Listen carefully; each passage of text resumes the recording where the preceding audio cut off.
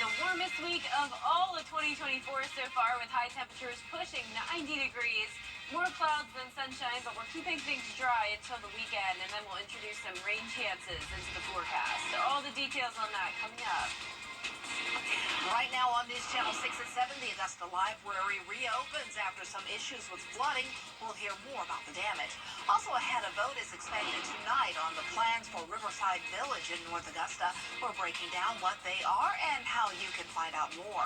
Also, the Masters Tournament has a new champion. We'll hear from him as your News at 7 starts now. Live from Television Park, this is WJBF News Channel 6 at 7. Good evening, everyone. You're watching News Channel 6 at 7. I'm Dee Griffin. Thanks so much for joining us. Coverage you can count on begins with the Augusta-Richmond County Library back open after a brief shutdown due to external pipe damage. Maria Smith spoke with library staff about what happened. Sunday afternoon, the library announced they'd be closing promptly after a pipe inside the building busted, causing bathrooms to flood. Basically clean up the mess and we just wanted to provide a safe space and make sure there was no contaminants in the water that could get into the library. Normally on Sundays, the library is open from 2 to 5 in the afternoon. The library staff member Deandra Blocker tells News Channel 6 they had to close early due to flooding that could have been contaminated water. But luckily, we didn't have to close any longer, well, more than a day. So we're happy that we're able to open and service our patrons. This library is a place that many people rely on for resources like access to internet, job information, and more. That's why Blocker says it was important to act quickly. We worked overnight and this morning to resolve the issue, and so we're able to open up at 12 and service our patrons. Folks waited outside the building nearly an hour before doors opened at noon on Monday. Immediately, as soon as we got the call, we dispatched someone. We were here at 5:15, right after they closed. So, yeah, it was 100% priority. Even though the library is now open again, service will still be done to the pipes to ensure no loose ends. Right now, they're trying to determine exactly how bad the damage is. It seems to me the pipe collapsed. We'll know more once we camera the line. They're going to camera the lines, and then we're going to come back and camera the line going to it. Library staff want to remind the public that while your need for library resources are top priority, your safety always comes first. In Augusta, Maria Smith, WJBF, News Channel 6. Time now for a first look at our weather, and here's meteorologist Jenna Petranci, and a beautiful day on tap for us, and it got pretty hot. That's right. You could actually consider this hot weather for the first time this year. We are into the upper 80s. Yesterday for Master Sunday, we made it to 85, and now we're even 2 degrees warmer than that with a high of 87 today. This morning, we were right around average, though, at 52, and those low temperatures will eventually climb above average, just like the highs are. But right now on our Terry Lambert Hyundai Skyview cam, sun is beating down on SRP Park. It's been a beautiful sunny day, sitting in the low to mid 80s at the moment. 83 in Augusta, 84 in Thompson and Evans. Millen, you're also at 83, 84 in Crawfordville, and 85 in Lincolnton. The winds are coming in from the southwest. Of course, it's been very windy over the past several days, but the winds are much lighter than they were on, say, last Thursday and Friday. Right now, coming in at 9 miles per hour in Augusta, 14 in Aiken, 8 in Waynesboro and Thompson. The wind gusts just up to around 20 miles per hour. Dew points are on the low side, but not as low as they could be. We do have a little bit of moisture moving in, along with some cloud cover headed our way for Tuesday. Notice satellite radar showing clear conditions for us, but all this cloud cover to our west and a front to our north. So overall, pretty quiet weather for tonight and the next couple of days, with just the clouds moving in. And then our temperatures will dip into the upper 60s by 10 o'clock tonight. So high temperatures will be pushing 90 degrees by this Thursday. More clouds than sun throughout the week, but keeping things dry for the most part until the weekend. We may have a few sprinkles tomorrow and Wednesday with the clouds, but for the most part, not a lot of rain in the forecast. But then once we get the rain on Sunday, that'll cool us down into next week. More details on all of that coming up in the full forecast, but back to you, Dave. All right, thanks so much.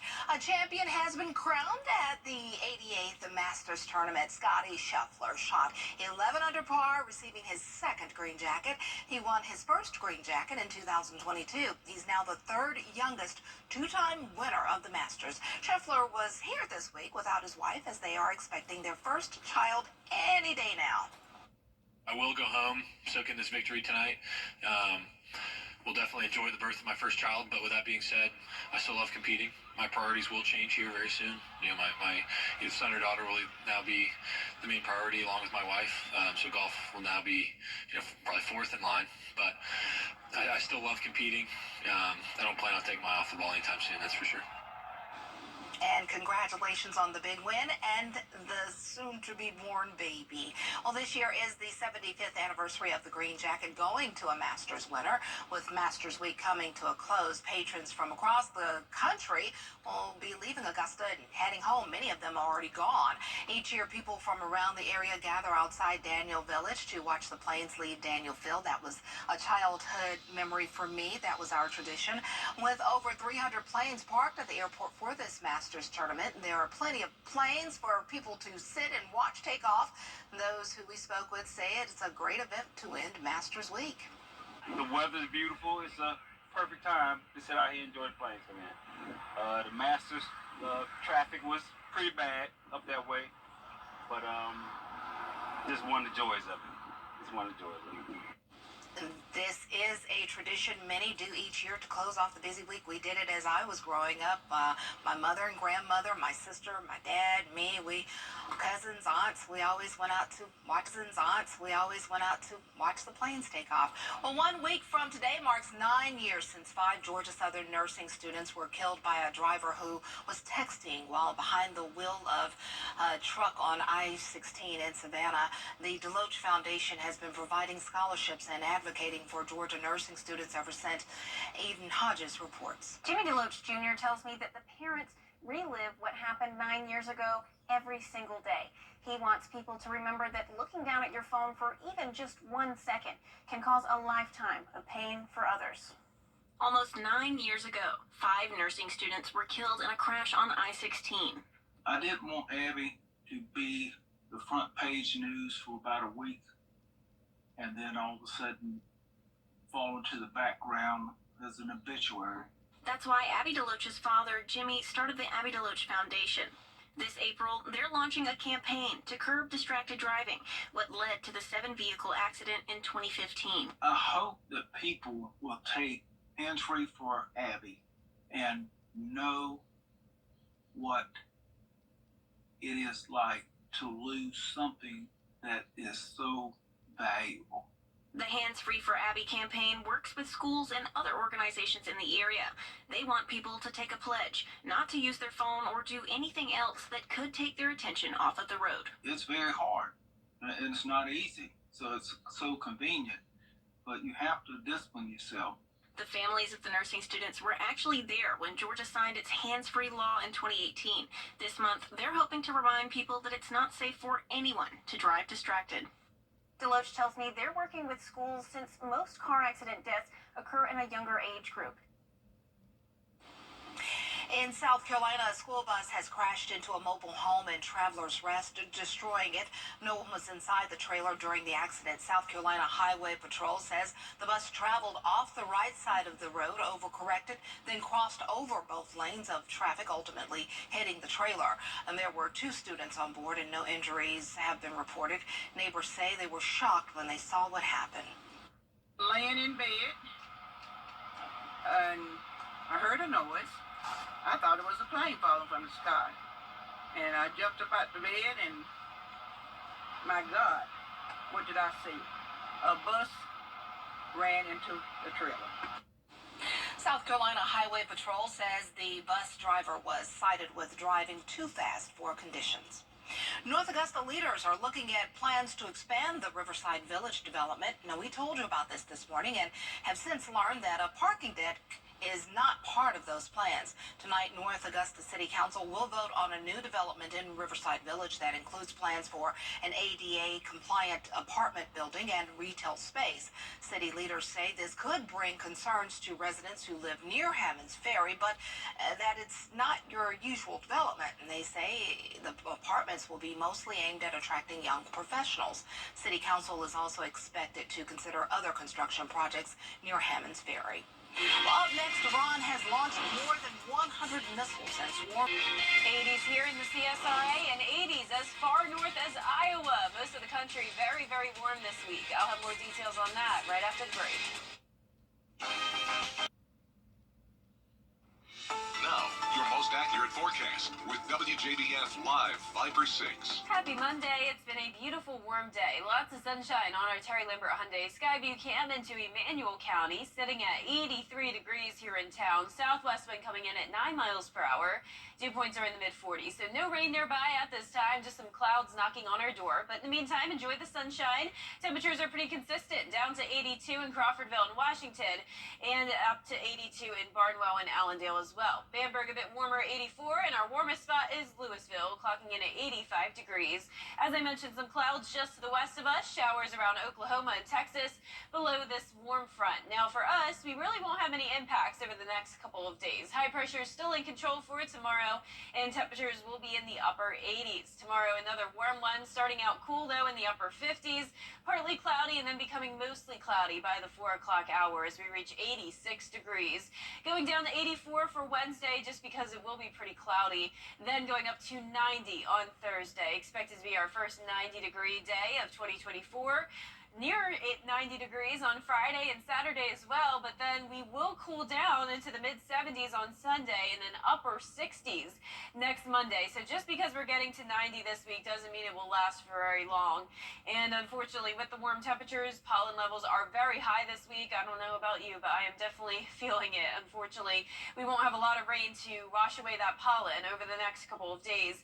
Just a 20% chance on Friday, and then a few storms possible on Saturday. And then Sunday will be our best chance of more widespread rain, cloud cover, and then the cool down as well.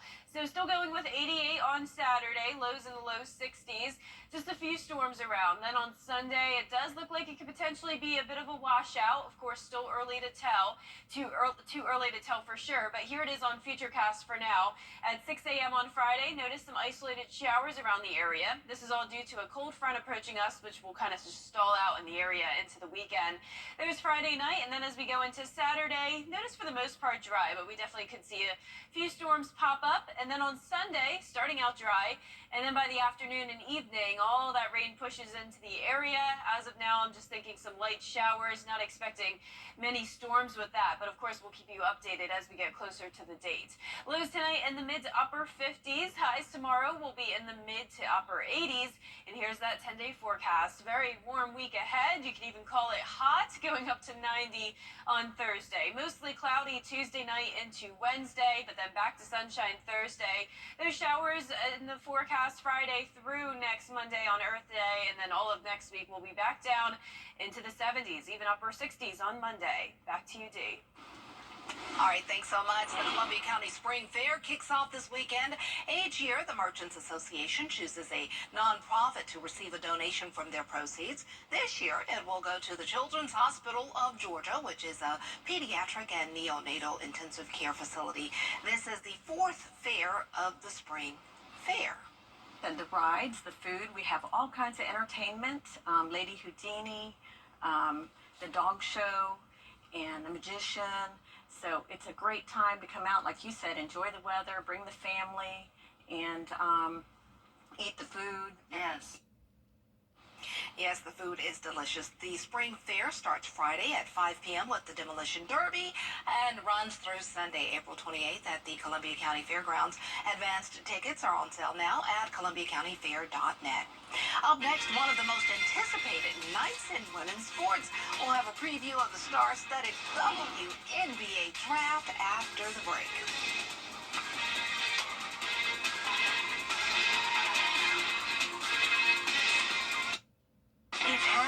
Air better.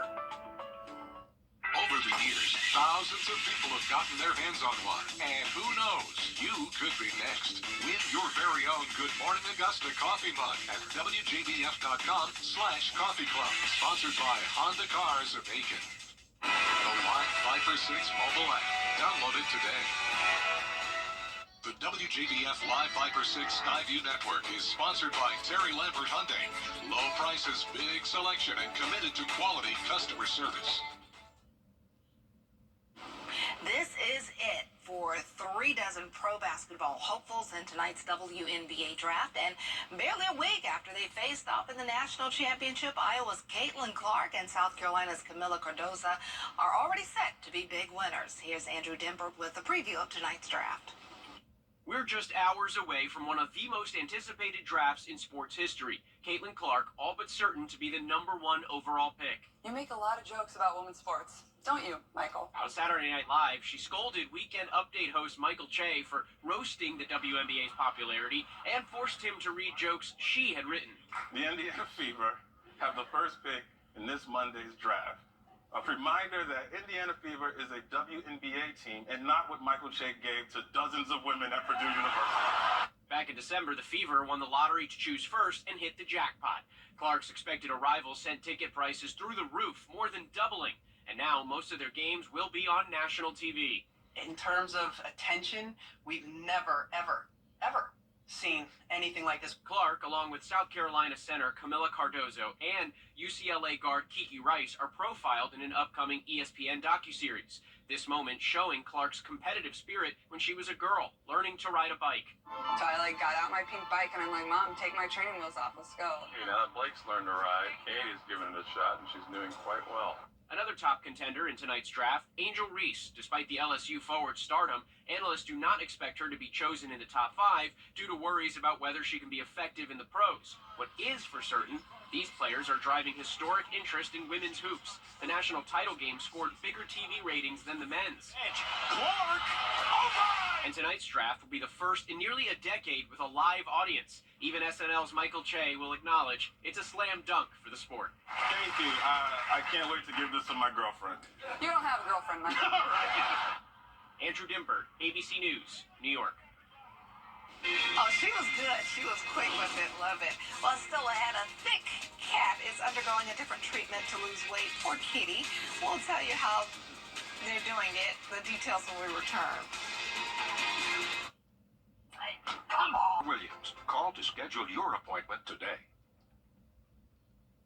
Next ET. I'm Hoda. And I'm Jenna. Guess what we're gonna do? We're spilling that E.T. Our exclusive in the Big Easy. We're on to you. Next ET. Monday night at 7:30 on News Channel 6. One chubby kitty is being forced to learn how to dog paddle at a pool in Indiana. Let's just say Ty, whose nickname is Thick and Nugget, needs to drop a few pounds. Cats usually hate water, but Ty doesn't seem to mind his daily laps in the pool. When he was surrendered to the Humane Society, he weighed 30 pounds, was having problems moving, and he appeared to be in pain. Well, since he started swimming laps at an aquatic center, he's already dropped 5 pounds in the last few weeks. Poor Ty. Ty was just living large. Wow. Eating. Look at poor Ty. Ty's like, you make me do this all. Oh, he's thickened. But thick is in. I mean, nobody wants a bone but dogs, right? Yeah. So, I mean, hey, everybody wants a little meat, a little thickness. Yeah. A little thickness never hurt anybody. I love the name, Thick and Nugget. Only dogs want bones. Oh. Ty, I'm with you. I'm a little fluffy, too. Oh, no, I've had to lose some weight, too, so I feel your pain, but, I mean, it's all for good. We all have to lose some. Not you, of course. Thanks, Dave. Well, here's our 10-day forecast. It's going to be warm all week long. You could even say hot on Thursday with a high of 90 degrees. And then over the weekend, we'll have some rain chances. Always remember, only dogs want bones. Everybody needs a little thickness. Well, thanks for joining us. We'll see you later.